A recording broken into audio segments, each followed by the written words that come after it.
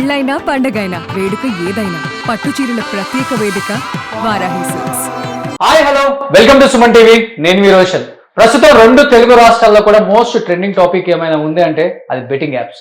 So betting apps కి సంబంధించి భిన్నాభిప్రాయాలు వినిపిస్తున్నప్పటికి కూడా ప్రతి ఒక్కళ్ళు కూడా బయటకు వచ్చి మాట్లాడే తీరునైతే ఎవరు కూడా ఏకీభవించట్లేదు. అండ్ చేసిన తప్పుని సర్దిపుచ్చుకుంటున్నారనే మాటలు వినిపిస్తున్నాయి. కాబట్టి ఎస్పెషల్లీ సినిమా ఇండస్ట్రీకి సంబంధించి సో దాని మీద మాట్లాడడానికి మనతో పాటు సిద్ధంగా ఉన్నారు senior film journalist Prabhu garu and advocate high court advocate Nageswara Rao Pujari garu. So ఇద్దరికి నమస్తే అండి.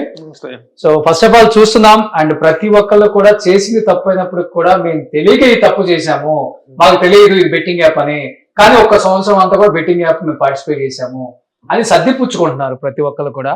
అంటే ప్రతి ప్రశ్నను కూడా లేవనెత్తి సమాధానం చెప్పే కెపాసిటీ ఉండి సీఎంలని పిఎంలని ప్రశ్నించే ప్రకాష్ రాజ్ గారు కూడా దాన్ని ఈరోజు సర్దిపుచ్చుకునే ప్రయత్నం చేస్తున్నారు. ఏ విధంగా చూడొచ్చు అంటారు? విజయ్ దేవరకొండ, రానా దగ్గుబాటి, మంచు లక్ష్మి, అనన్య నాగల్ల, ప్రకాష్ రాజ్ ముఖ్యంగా వీళ్ళ పేర్లు వినిపిస్తున్నాయి. కాబట్టి సీనియర్ ఫిలిం జర్నలిస్ట్ మీరు ఎన్నో సంవత్సరాల నుంచి ఇక్కడ ఉన్నారు కాబట్టి మీరు ఏం చెప్పాలనుకుంటున్నారు? ఫస్ట్ వీళ్ళు ఎవరు కూడా నేను ఒకటే చెప్తున్నాను, సినిమా వాళ్ళు ఎవరైతే పార్టిసిపేట్ సినిమా వాళ్ళు కావచ్చు, లేకపోతే యూట్యూబర్స్ కావచ్చు, ఇన్ఫ్లుయెన్సర్స్ కావచ్చు, ఈ బెట్టింగ్ యాప్ల మీద కానీ వీటిలో ఇన్వాల్వ్ అయినటువంటి క్రైమ్ ఎలిమెంట్ మీద కానీ అవగాహన లేని కారణం కానీ తప్ప ఉద్దేశపూర్వకంగా ఏదో ఒక నేరపూరిత ప్రవృత్తితో వీళ్ళు వీటిలో ఇన్వాల్వ్ అయ్యారని మాత్రం నేను అనుకోవటం లేదు, నేను నమ్మను, నేను ఒప్పుకోము. సినిమా ఇండస్ట్రీ వాళ్ళందరూ కూడాను కొన్ని ఛానల్స్ లో కానీ వీటిలో కానీ జరుగుతున్న ప్రచారం అంటే సినిమా వాళ్ళందరికీ కూడాను డబ్బు యావతోటి, డబ్బు ఆశతోటి ఇలాంటి దుర్మార్గంలో పాల్పడుతున్నారు, ఇలాంటివి చేస్తున్నాయి. వాళ్ళకి ఎవరికీ కాదు. ఈ రోజున ఆ ఏ కేసులు అయితే పెట్టారో ఆ కేసులు ఏ సెక్షన్లు అయితే దీనికి అట్రాక్ట్ అవుతాయో కూడా ఎవరికి అర్థం కాని పరిస్థితుంది. ఇది ఎందుకంటే కొత్తగా జనరేట్ అయినటువంటి న్యూ క్రాప్ ఆఫ్ క్రైమ్.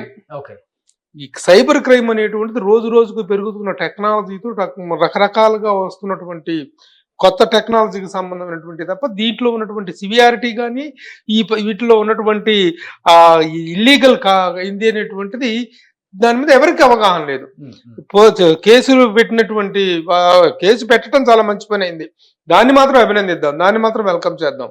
ఆ పర్టికులర్ పర్సన్ శర్మ ఎవరు ఉన్నారు, ఆయన కేసు పెట్టారు, దాని మీద ఈ పోలీసులు యాక్షన్ తీసుకోవటం, ఒక మూవ్మెంట్ రావటం, దీని మీద అందరూ స్పందించడం అనేటువంటి జరగాలి.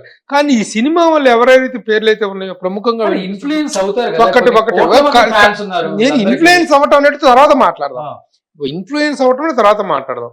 వీళ్ళ ఇన్వాల్వ్మెంట్ అనేటువంటిది ఎందుకు జరిగింది, ఎప్పుడు జరిగింది, వాలంటరీగా జరిగిందా, అది క్రైమ్ అని తెలిసి కూడా జరిగిందా అనేటువంటి పాయింట్ కనుక మనం మాట్లాడితే పూర్తి స్థాయిలో పూర్తి అవగాహన లేని సమయంలోనే జరిగింది తప్ప ఈ బెట్టింగ్ యాప్ల మీద ఎవరికి అవగాహన లేదు. సైబర్ క్రైమ్ అనేటువంటిది రోజు రోజుకు కొత్తగా వస్తుంది. డబ్బులు కేవలం డబ్బు సంపాదన అనేటువంటి దాంతో కాకుండా ఒక యాప్, ఒక అడ్వర్టైజ్మెంట్ అనేటువంటి యాంగిల్లోనే చేశారు తప్ప చట్టాన్ని వ్యతిరేకంగా నేర ప్రవృత్తితో చేసింది మాత్రం కాదు. ఇప్పుడు ప్రకాష్ రాజ్ గారి ప్రస్తావన తీసుకొచ్చారు. ప్రకాష్ రాజ్ గారికి ఈ యాడ్ వల్ల ఎంత వచ్చి ఉంటుంది, ఎన్ని లక్షలు వచ్చి ఉంటాయి, ఎన్ని కోట్లు వచ్చి ఉంటాయి, ఆయన ఎన్ని కోట్ల రూపాయల దాన ధర్మాలు చేసేటువంటి గొప్ప దానాలు చేసేటువంటి వ్యక్తి మీకు తెలుసా? కానీ చేసింది తప్పు అనేటువంటిది ఇమీడియట్ గా ఆయన యాక్సెప్ట్ చేసేసి హ్యాస్ గివెన్ హిజ్ ఎక్స్ప్లెనేషన్. అలాగే రానా కానీ, విజయ్ దేవరకొండ కానీ, మంచు లక్ష్మి కానీ, they are giving their Ananya Nagalla వీళ్ళందరూ కూడా ఒక ఎక్స్ప్లెనేషన్ ఇస్తున్నారు, మాకు తెలియదు. అంటే ఇంకొకటి మీరు ఉన్నారు కాబట్టి సార్, ఇప్పుడు బెట్టింగ్ యాప్స్ కు సంబంధించి ఆ పేర్లు వింటుంటేనే చాలా వింతగా ఉంటాయి.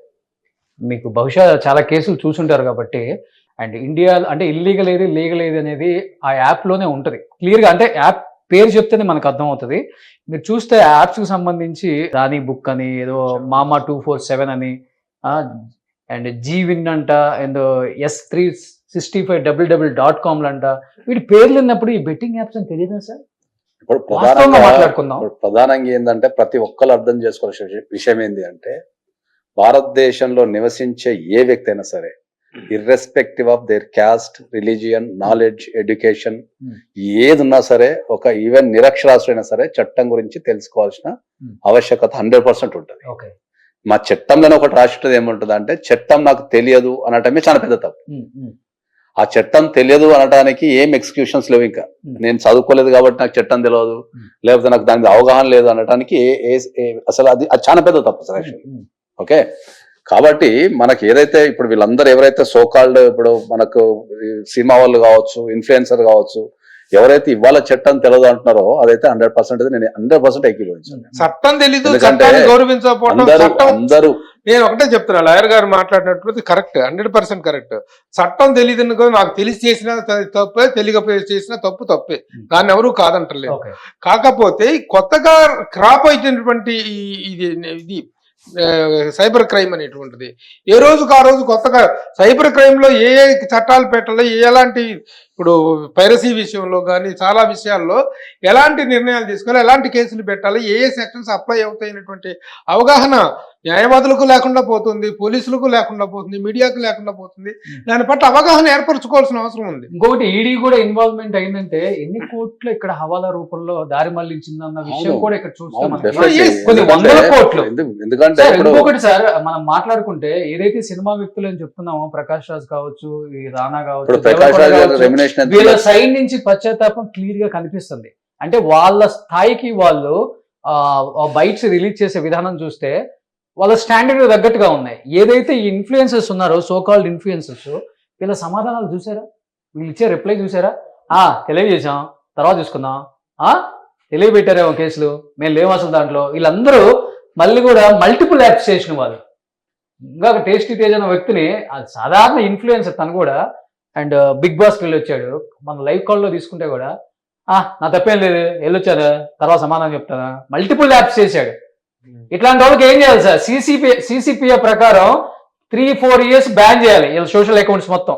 డెఫినెట్లీ ఆ విధంగా చేసిన దాని పట్ల పశ్చాత్తాపం కానీ పరిశోధన కానీ లేకుండా మేము చేసాం అనేటువంటి కేర్లెస్ సమాధానం చెప్పే వాళ్ళ మీద కానీ, కేర్లెస్ గా మళ్ళీ రిపీట్ అయ్యే వాళ్ళని కానీ ఇన్స్టాగ్రామ్ కానీ సోషల్ ప్లాట్ఫామ్స్ మొత్తం 4 years బ్యాన్ చేసి, అసలు వీళ్ళ యాడ్స్ ద్వారా ఎవరైతే ఇన్ఫ్లుయెన్స్ అయ్యి ఎవరైతే బెట్టింగ్ ఆడారో వీళ్ళందరూ కంప్లైంట్ ఇవ్వచ్చు వాళ్ళ మీద. అవును, వాళ్ళ మీద కంప్లైంట్ ఇచ్చే అధికారం వీళ్ళందరికీ ఉన్నది. సో ఎంతమంది లాస్ అయ్యారో అంతమంది ఫలాని వ్యక్తి యాడ్ చూడటం ద్వారా నేను ఇన్ఫ్లుయెన్స్ అయ్యి ఆడి నేను డబ్బులు పోగొట్టుకున్నా కాబట్టి వాళ్ళ మీద చర్య తీసుకోండి అని చెప్పి ప్రతి ఒక్కరు కంప్లైంట్ ఇచ్చే అవకాశం ఉంది. అవును, పోలీస్ స్టేషన్ లో ఇవ్వచ్చు, అట్ ద సేమ్ టైం వీళ్ళు కన్జ్యూమర్ ఫోరం లో కూడా ఇవ్వచ్చు. అవును. అయితే ఈ బెట్టింగ్ యాప్ నిర్వాహకుల మీద ఎలాంటి చర్యలు తీసుకోవాలి సార్? అది కదా మెయిన్. అసలు మూలాలు వదిలేసేసి ఈ బెట్టింగ్ యాప్లకి అడ్వర్టైజ్మెంట్ చేసినటువంటి కేవలం యాడ్స్ రూపంలో చేసినటువంటి వీళ్ళ మీదనే చర్యలు తీసుకోవటం కన్నా ముందు అసలు మూలాలు నరకాల్సిన అవసరం ఉంది కదా. వాటి మీద తీసుకోవాల్సిన చర్యలకు ఉన్న అవకాశాలు ఏంటో చెప్పండి. ఇప్పుడు చర్యలకు ఉన్న అవకాశాలు అంటే ఏంటంటే, మనకు భారతదేశంలో ప్రధానంగా మెయిన్ ప్రాబ్లం ఎక్కడ వస్తుంది అంటే, ఈ బెట్టింగ్ యాక్ట్స్ కి సంబంధించిన చట్టాలు ఏవైతున్నాయో అవి రాష్ట్రాలకు సంబంధించిన చట్టాలు, అవి సెంట్రల్ గవర్నమెంట్ కి సంబంధించిన చట్టాలు కావు. ఎందుకంటే మన భారతదేశంలో చట్టాలు 2 రకాలు ఉంటాయి మనకు. కొన్ని మన కేంద్ర ప్రభుత్వం చూస్తుంది, కొన్ని రాష్ట్ర ప్రభుత్వాలు. ఈ బెట్టింగ్ యాప్స్ కు సంబంధించి మనకు ప్రధానంగా లోపం ఎక్కడుంది అంటే ఏంటంటే, రాష్ట్ర ప్రభుత్వాల మధ్యలో సంబంధించిన అంశం ఇది. సో ఇప్పుడు మనకు తెలంగాణలో కానీ, ఆంధ్రప్రదేశ్లో కానీ, ఇంకా కొన్ని ఇతర రాష్ట్రాలలో బెట్టింగ్ అనేది ఏ రకమైన బెట్టింగ్ అయినా బ్యాన్ మనకు. సో దీంట్లో ఇంకో రకంగా చూసుకుంటే మన గోవాలో కానీ, సిక్కింలో కానీ, వెస్ట్ బెంగాల్లో కానీ ఇక్కడ ఇవన్నీ లీగల్ అక్కడ. సో ఈ మూటాలన్నీ ఏవైతే ఉంటాయో ఈ బెట్టింగ్ సంబంధించిన అక్కడ రిజిస్టర్ అయి ఉంటాయి. అవి అక్కడ రిజిస్టర్ అయ్యి యాప్లు తయారు చేసి లేకపోతే ఆన్లైన్లో తయారు చేసి అక్కడ నుంచి వీళ్ళు త్రూఅవుట్ ఇండియా అప్లోడ్ చేస్తుంటారు. సో ఈ బెట్టింగ్స్ మనకు ఎక్కడైనా బెట్టింగ్ అనేది ప్రధానంగా దేశం నుంచి వెళ్ళిపోవాలి అంటే మాత్రం దీనిపైన సెంట్రల్ గవర్నమెంట్ 100% చర్య తీసుకోవాలి. సెంట్రల్ గవర్నమెంట్ కాకుండా అదే ఇప్పుడు రాష్ట్రాలు తీసుకున్నాయి. మనకు తెలంగాణలో తీసుకున్నది, ఆంధ్రప్రదేశ్లో తీసుకున్నది, ఈవెన్ తెలంగాణలో మనం పేకట అన్న కూడా నేరమే. ఏ రకమైన జూదం తెలంగాణలో ఏ రకమైన జూదం కూడా నేరమే. సో దాన్ని అరకట్టి ఇప్పుడు మనకు ఆన్లైన్ అనేది ఎక్కడో జరిగితే దేశం మొత్తం వ్యాప్తిస్తుంటది కాబట్టి దీనిపైన చర్య తీసుకోవాల్సిన బాధ్యత కేంద్ర ప్రభుత్వం మీద 100%. స్కిల్ గేమ్స్ అని అంటున్నారు. Skill games skill game supreme కోర్టులోకి వచ్చేసి ఏంటంటే, ఇప్పుడు స్కిల్డ్ అండ్ స్కిల్డ్ గేమ్స్ అంటే బెట్టింగ్ వచ్చినప్పుడు ఏంటంటే మనం ఈ రమ్య ఆడతాం కదా, జనరల్ గా రమ్య అనేది ఇంకా ఇతర విషయాలన్నీ స్కిల్డ్ గేమ్స్ అనేది కొన్ని జడ్జిమెంట్లలో చెప్పడం జరిగింది. కాబట్టి వాటిని మేము నిషేధించలేము, లేకపోతే అవి స్కిల్డ్ గేమ్ కింద పరిగణించబడితే చెప్తున్నారు. కానీ ఇక్కడ ప్రధానంగా అర్థం చేసుకోలే విషయం ఏంటంటే, నీకు మనీ ఇన్వాల్వ్మెంట్ కానంత కాలం it is a skilled game. Okay, ఎప్పుడైతే మనీ ఇన్వాల్వ్మెంట్ అయిందంటే జూదం అంతే. ఇప్పుడు విజయ్ దేవరకొండ కూడా అదే చెప్తున్నారు, స్కిల్డ్ కి సంబంధించిన స్కిల్డ్. ఇప్పుడు మనం యాక్సెప్ట్ చేద్దాం అది స్కిల్డ్ గేమే. మరి దాంట్లో మనీ పెట్టి ఆడుతున్నారా, వితౌట్ మనీ ఆడుతున్నారా? ఇప్పుడు వితౌట్ మనీ ఆడితే it is a skilled game. అవును. నువ్వు విత్ మనీ ఆడితే అది జూదమే కదా. అవును. మరి ఎప్పుడైతే నువ్వు ఒక ప్రమోషన్ చేసి దాన్ని విత్ మనీతో ఆడుతున్నావో అది జూదం కిందకే వస్తుంది. అది ఇఫ్ వాడు ప్రమోట్ చేసిన తర్వాత దాంట్లో మనీ ఇన్వాల్వ్మెంట్ లేదు అంటే అది స్కిల్డ్ గేమ్. అది ఓకే. ఇప్పుడు స్కిల్డ్ గేమ్ లో మనీ పెట్టి స్కిల్ నేర్చుకుంటారా, లేకపోతే జనరల్ గా నార్మల్ గా మనం స్కిల్ నేర్చుకుంటామా? ఎంటర్టైన్మెంట్ లో స్కిల్డ్ అనేది రమ్మి అనేది ఆడితే అది ఎలాంగ్ విత్ మనీ ఆడితే 100% అది జూదమే. అది ఓకే. అంటే ఇంకొకటి సార్, ఇప్పుడు వీళ్ళు అందరూ కూడా కష్టపడి వచ్చారు అండ్ బిగ్ బాస్కి వచ్చో లేకపోతే ఇన్ఫ్లుయెన్సరో లేకపోతే కంటెంట్ చేసో ఈ స్థాయికి వచ్చారు. ఒక్కసారిగా వీళ్ళకి ఫాలోవర్స్ వచ్చిన తర్వాత, సబ్స్క్రైబర్స్ వచ్చిన తర్వాత ఆ ఫాలోవర్స్ ని సబ్స్క్రైబర్స్ ని ఒక్కసారిగా ఇటు బెట్టింగ్ యాప్స్ వైపు టర్న్ చేస్తున్నారు అనమాట. అండ్ చాలా మంది పిల్లలు సూసైడ్ చేసుకున్నారు, చాలా మంది ఇప్పుడు చనిపోతున్నారు. ప్రధానంగా మనకు ఇంట్లో నుంచి అదే చెప్తున్నా. చనిపోతున్నారు. ఇప్పుడు దీని వెనక వీళ్ళ పేరెంట్స్ కూడా మాట్లాడాలి ఈ రోజు బయటకు వచ్చి. చాలా మంది ఎందుకంటే నేను బెట్టింగ్ యాప్స్ లో లాస్ అయ్యి ఫైనాన్షియల్ లాస్ అయిన వాళ్ళే చాలా మంది మా ఆఫీస్కి వస్తారు. అరే సార్ బెట్టింగ్ యాప్స్ ఆడినా లేకపోతే ఆన్లైన్ గేమింగ్ ఆడినా అని చెప్పేసి చాలా మంది వస్తారు. ప్రధానంగా అసలు అతిపెద్ద ప్రాబ్లం ఎక్కడుంది అంటే ఏంటంటే ఫైనాన్షియల్ ట్రాన్సాక్షన్ జరిగేటప్పుడు ఇప్పుడు ఒక స్టూడెంట్ ఉన్నాడు అనుకుందాం, ఒక 18 years స్టూడెంట్, ఒక 20 years స్టూడెంట్ కనుక ఉంటే ఒకప్పుడు అతని దగ్గర మనీ ఉండకపోతుండే, అప్పుడు పేరెంట్స్ మాత్రం ఇవ్వాలా. ఇప్పుడు భారతదేశంలో ఫెసిలిటీ ఏముంది, నీకు 18 years నిండి నీకు ఒక బ్యాంక్ అకౌంట్ ఉంటే ఫైనాన్స్ ఇస్తానికి కొన్ని 100 సంస్థలు ఉన్నాయి. ఓవర్ ద ఫోనే, నువ్వు ఎక్కడికి అడగాల్సిన అవసరం లేదు. ఫోన్లో కూర్చొని వాళ్ళు మామూలుగా అప్లికేషన్ ఫామ్స్ నింపేస్తే వాళ్ళకు 10,000, 20,000, 5,000 ఇచ్చేస్తున్నారు. ఇమ్మీడియట్ వాళ్ళు క్రియేట్ అయిపోతున్నది. ఈ క్రియేట్ అయిన మనీ వీళ్ళందరూ ఏం చేస్తున్నారు, మళ్ళీ ఈ బెట్టింగ్ యాప్స్ మీద ఆడటం అలవాటు చేసుకోవడం, మళ్ళీ వీటి నుంచి మళ్ళీ పర్సనల్ లోన్స్ చేయడం, ఇంట్లో దొంగతనాలు చేయడం, కాలేజ్ ఫీజులను తీసుకోవడం, ఇవన్నీ జరుగుతున్నాయి. సో ఒక వైఫ్ నుంచి ఇండైరెక్ట్ ఫండింగ్ ఇట్లా వస్తున్నది, దీన్ని అంతా వాళ్ళు మళ్ళీ మిస్యూజ్ చేసేస్తున్నారు.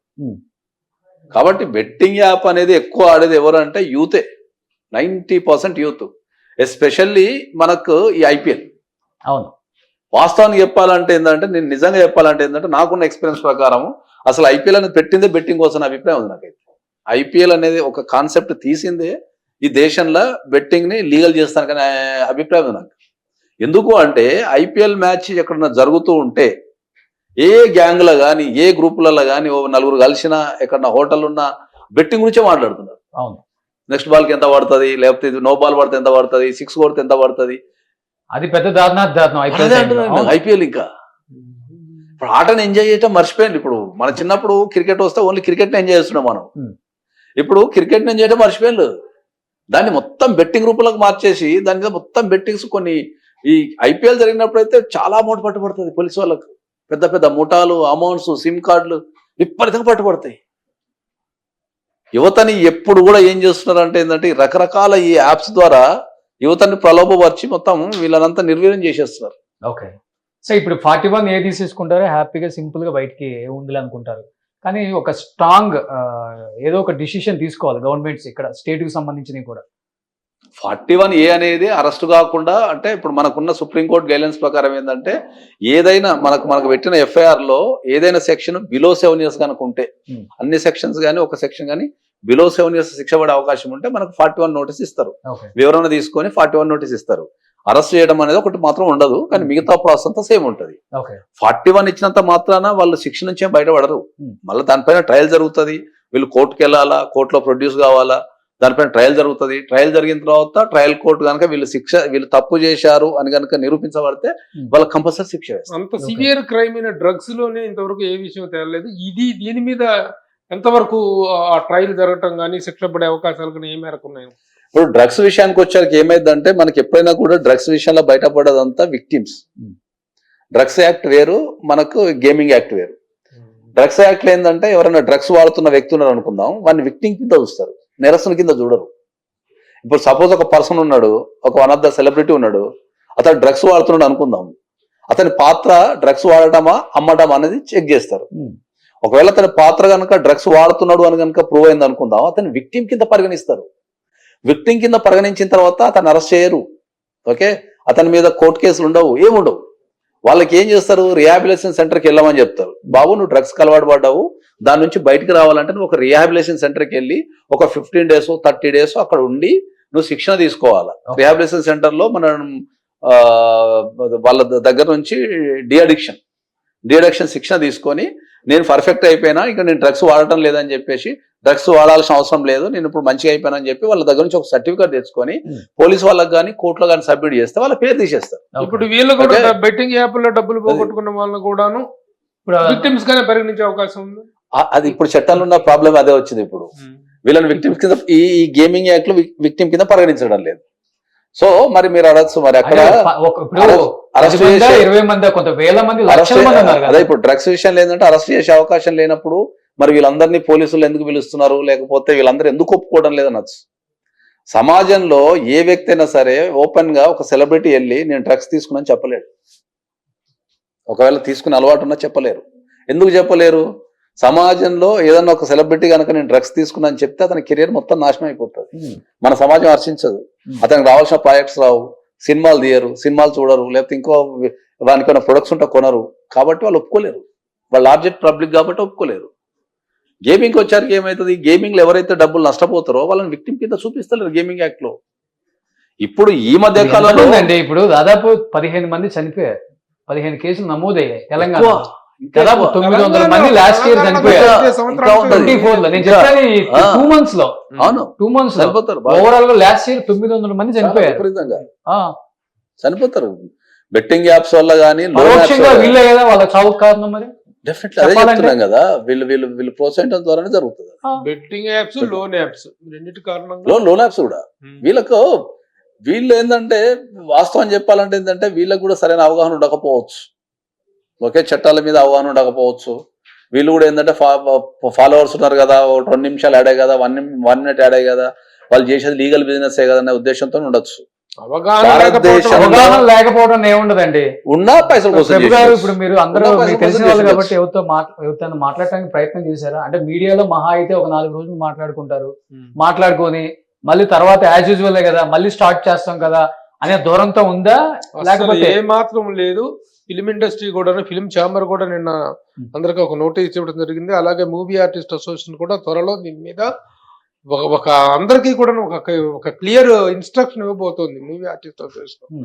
ఎవరు ఏ యాడ్స్ లో చేసినా దాంట్లో ఉన్న లీగల్ ఆస్పెక్ట్స్ ఏంటి, మోరల్ ఆస్పెక్ట్స్ ఏంటి, ఈ రెండింటిని కూడా పరిగణలోకి తీసుకొని అవి సమాజానికి ఎలాంటి హాని చేయవు అనేటువంటి ఒక నమ్మకం కుదిరినప్పుడు మాత్రమే చెయ్యండి తప్ప ఇలాంటి యాప్స్, బెట్టింగ్ యాప్స్ లో చెయ్యొద్దు అని చెప్పి, చెయ్యకూడదు అని చెప్పేటువంటి ఒక నిబంధన కూడాను ఛాంబరును మూవీ ఆర్టిస్ట్ మా నుంచి తొలగించాలి ఇమీడియట్ గా, తొలగించాలనుకోండి సార్. ఇప్పుడు మా ఒకటే కాదు, ఇన్ఫ్లుయెన్సర్ చేంజ్ చేయాలి. మరి వాళ్ళ ఇన్ఫ్లుయెన్స్ తొలగించాలి.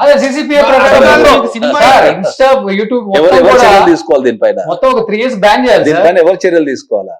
అదే ఏదైతే పబ్లిక్ అయితే వీళ్ళని ఫాలో అయినలో వాళ్ళని అన్ఫాలో కొట్టమని సరిపోతుంది, లేకపోతే వాళ్ళని రిపోర్ట్ చేయమని సరిపోతుంది. ఇప్పుడు మాత్రమే ఇన్వాల్వ్ అయ్యారు సార్, లాయర్ గారు, వీళ్ళు మాత్రమే ఇన్వాల్వ్ అయ్యారు. ఈ సినిమా ఇండస్ట్రీ సంబంధంగా వినిపిస్తున్న పేర్లు ఒక 4-5 ఇన్ఫ్లుయెన్సర్స్ ఉన్నారు. వీటన్నిటికన్నా వెనక చాలా పెద్ద ఎంప్లాయ్మెంట్ డెవలప్మెంట్ అనేటువంటిది ఉంది. ఎందుకంటే ఈ బెట్టింగ్ యాప్ల నిర్వహణ అనేది కావాల్సినంత సాఫ్ట్వేర్, ఈ సాఫ్ట్వేర్ కొన్ని కోట్ల రూపాయల సాఫ్ట్వేర్ డెవలప్మెంట్ చేస్తే తప్ప ఈ బెట్టింగ్ యాప్ అనేటువంటిది డెవలప్ అవడానికి, అది పబ్లిక్ లోకి వెళ్ళడానికి, దాన్ని ఒక డిస్ప్లే చేయడానికి అవకాశం లేదు. అది జరుగుతుంది. దాని మీద కూడా దీని ప్రభావం ఉంటుంది. చాలా విపరీతమైన అన్ఎంప్లాయ్మెంట్ డెవలప్ అయ్యే అవకాశం ఉంది. దీని మీద బోల్డ్ ఎంప్లాయ్మెంట్ డెవలప్ ఉంది. కొన్ని కోట్ల రూపాయల టర్న్ ఓవర్ నడుస్తుంది. ముఖ్యంగా సార్ చెప్పినట్టుగా క్రికెట్ టైంలో క్రికెట్ అనేటువంటి దాన్ని లీగలైజ్ చేయటం, క్రికెట్ బెట్టింగ్ లీగలైజ్ చేసేటువంటి ఒక దుర్మార్గపు ఆలోచన కూడా జరుగుతుంది అనేటువంటిది ఉంది. కాబట్టి సినిమా వాళ్ళ పాత్ర ఎంత దీంట్లో? నేను మొదటి నుంచి కూడా ఒకటే వాదన చేస్తుంటాను. సినిమా ఇండస్ట్రీకి సంబంధించిన గొప్ప విషయాలు, మంచి విషయాలు, చిరంజీవి గారికి ఒక లైఫ్ టైం అచీవ్మెంట్ వచ్చిందంటే ఆనందపడేవాళ్ళం. పద్మభూషణ్ వచ్చింది బాలకృష్ణ గారి కంటే, నేను ఒక నేషనల్ అవార్డు వచ్చింది అల్లు అర్జున్ గారి కంటే హ్యాపీ ఫీల్ అయ్యేవాళ్ళం. తెలుగు సినిమాకి ఒక ఆస్కార్ అవార్డు వచ్చిందంటే ఇలాంటి ఆనందమయ సందర్భాల్లో, గుడ్ అకేషన్స్ లో మాత్రమే స్పందించి మాట్లాడే ఒక సినిమా జర్నలిస్ట్ నేను. సినిమా ఇండస్ట్రీ యొక్క ప్రతిష్ట గురించి కానీ, దాని ఔన్నత్యం గురించి ఎవరైనా తక్కువగా మాట్లాడితే ఎవరిని యాక్సెప్ట్ చేయను, ఎవరినైనా సరే ఎదిరించి మాట్లాడతాను. అలాంటిది ఈ రోజున దీంట్లో జరిగినటువంటిది కేవలం వాలంటరీ అండ్ సమస్య ఇవి రెండు ఉంటాయి, వాలంటరీ అండ్ ఇన్వాలంటరీ, సంకల్పిత చర్య అసంకల్పిత చర్య. ఆ ఇన్వాలంటరీగా జరిగినట్టు తప్ప వాలంటరీగా మేము బెట్టింగ్ యాప్లను ప్రమోట్ చేస్తాము ఎవరు కూడా అలా స్పందించలేదు అని ఎవరన్నా సగర్వంగా తలాకరేసుకుని ఎవరైనా చెప్పారా? జరిగిన పొరపాటులో మా పాత్ర లేదు, మాకు తెలియదు, అవుట్ ఆఫ్ అవర్ ఇన్నోసెన్స్ చేశామనేటువంటి మాత్రమే చెప్తున్నారు తప్ప కేవలం సినిమా వాళ్ళ ప్రాప్తి దొరికిందంటే సార్ సినిమా వాళ్ళకి ఇదా అదా అని చెప్పి మాట్లాడేటువంటి సందర్భాన్ని మాత్రం నేను ఖండిస్తున్నా. నిజంగా సినిమా వాళ్ళు కొన్ని పొరపాటు జరిగినప్పుడు, కొన్ని నేరాలు జరిగినప్పుడు, కొన్ని ఇవి జరిగినప్పుడు, ముఖ్యంగా డ్రగ్స్ విషయంలో వీటిలో జరిగినప్పుడు నిజంగా బాధపడ్డాం. మంచి జరిగినప్పుడు మేము ఏమంటున్నారు అది దానికి? ఇప్పుడు వీళ్ళంతా ఏంటన్నా అంత పెద్దోళ్ళు చేస్తే మా మీద పడ్డారు, వాళ్ళని పట్టుకోకుండా అని చెప్పేసి అంటున్నారు. చూడండి ఇప్పుడు ఎలా ఉంది క్రైమ్ అనేది. ₹1 చేసిన దొంగతనమే, ₹1,00,000 చేసిన దొంగతనమే, ఇన్ఫ్లుయెన్సర్లు మేము చిన్న అమౌంట్లు మా మీద పడ్డారు. పెద్దోళ్ళు ఏం చేస్తారు? పెద్ద చేపలను పట్టండి ఫస్ట్. ఒకటి మాత్రం నిజం, ఇది ఎందుకు జరిగిందో జరిగింది. ఆ కేసు పెట్టిన అతను ఎవరో అతను అభినందించాలి, శర్మ గారు. అవును ఆయన అభినందించాలి. దీనివల్ల ఒక రెవల్యూషన్, ఒక ఎవల్యూషన్, ఒక ఇదైతే జరిగింది, ఇదైతే జరిగింది, సెన్సేషన్ అయితే జరిగింది. అందరిలో ఒక అవగాహన ఏర్పడింది. సినిమా వాళ్ళు ఎవరు నాకు తెలిసి బెట్టింగ్ యాప్స్ ఇంకా ముందు పోరు. జరిగిన వాటికి వాళ్ళ వివరణ ఇచ్చారు. చాలా మంది కూడా 2017 ముందు 2023 ముందు చట్టాలు ఒక్కొక్క ఇయర్ లో ఒక్కొక్క ఇదిగా సైబర్ నేరాల తాలూకు అమెండ్మెంట్స్ జరుగుతున్నాయి. కాబట్టి వాటిలో పూర్తి స్థాయి అవగాహన ఏర్పడిన తర్వాత ఏ సినిమా వాళ్ళు కూడా బెట్టింగ్ యాప్ జోలు వెళ్ళరని చెప్పి పూర్తి స్థాయిగా హామీ ఇస్తున్నాను. ఇంకోటి కూడా ఏంటంటే we're also going to as a journalist, as a senior journalist, కొన్ని అసోసియేషన్స్, ఛాంబర్ కానీ, మూవీ ఆర్టిస్ట్ అసోసియేషన్తో కానీ కొలాబరేట్ అయ్యి we're going to organise some awareness program. ఇలాంటి వాటితో వచ్చే పరిణామాలు. లాయర్ గారు ఉన్నారు, వారి దగ్గర మూర్తిగా డిబేట్ లో మీరు కూర్చున్నప్పుడు కూడా అనన్య గారి పశ్చాత్తాపం కనిపించింది. అనన్య నాగల్ల మా అమ్మాయి ₹1,00,000 ఆ ₹1,00,000 కూడా తిరిగి ఇచ్చింది Nagalla.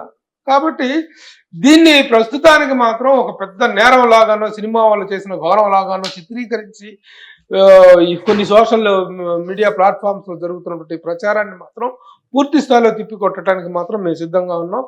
As a person of the film industry దీన్ని నైతికంగా ఎలా ఎదుర్కోవాలో చట్టపరంగా చట్టం చూసుకుంటుంది, చట్టం తన పని చూసుకుంటుంది. చట్టాన్ని మనం ప్రశ్నించలేము. చట్టంలో ఉన్నటువంటి ఇదేమిటి అనేటువంటిది, వాళ్ళు తీసుకునే చర్యలు ఏమిటనేది ప్రశ్నించలేము. But the moral of the film industry అనేటువంటిది మాత్రం డిగ్నిఫైడ్, ఆ డిగ్నిటీ అనేది దెబ్బతినకుండా చర్యలు తీసుకోవడానికి ఇటు ఫిల్మ్ ఛాంబర్ కానీ, ఇటు మూవీ ఆర్టిస్ట్ అసోసియేషన్ కానీ, మిగతా ఆర్గనైజేషన్స్ కూడా they will come forward. As a media person, we will also take initiative to take some reforms. So last and final గా చెప్పండి పూజారి గారు, అంటే లాలో అంటే ఎలాంటి చట్టాలు వస్తే ఎలాంటివి మనం అరికట్టవచ్చు, ఇలాంటివి ముందు జరగకుండా ఎంత స్ట్రిక్ట్ గా ఉంటేనే భయపడే చర్యలు వాళ్ళు కూడా తీసుకునే ప్రయత్నం చేస్తారని మీరు అనుకుంటున్నారు? ప్రస్తుతానికి ఏంటంటే భారతదేశంలో ప్రతి దానికి ఒక చట్టం ఉంది. చట్టాల మీద ఎవరికి అవగాహన లేదు. ఫస్ట్ అవగాహన లేదంటానికి ఏంటంటే ఇప్పుడు మనకు ఒక చట్టం ఉంది. ఇప్పుడు నేను చాలా సందర్భాలు చెప్పిన దానికి ఇండీసెంట్ రిప్రజెంటేషన్ ఆఫ్ ఉమెన్ అని ఒక చట్టం ఉంది మనకు. ఇండీసెంట్ రిప్రజెంటేషన్ ఆఫ్ ఉమెన్ 1986 లో ఉంది చట్టం. అది ఆ చట్టం ఇప్పటికీ వ్యాలిడ్ ఉంది. దాని కింద ఒక్క కేసు కూడా ఇప్పటిదాకా బుగ్గాలి, ఒక్క కేసు కూడా. ఇండీసెంట్ రిప్రజెంటేషన్ ఆఫ్ ఉమెన్ అంటే ఏంటంటే ఆడవాళ్ళని అసభ్యకరంగా చిత్రీకరించడం అనేది తప్పు. ఆ చట్ట ప్రకారం వాళ్ళకి సంబంధించిన పార్ట్స్ చూపించద్దు, రకరకాలు ఉన్నదంట. ఇప్పుడు ఆ చట్టం మీద ఎంతమంది సినిమా వాళ్ళకి అవగాహన ఉంది, లేకపోతే ఎంతమంది జర్నలిస్టులకు అవగాహన ఉంది? ఇప్పుడు ఈ మధ్య కాలంలో ఒక పాట అయితే రిలీజ్ అయింది, ఇది మన జగన్మోహన్ రెడ్డి రోజాది కూడా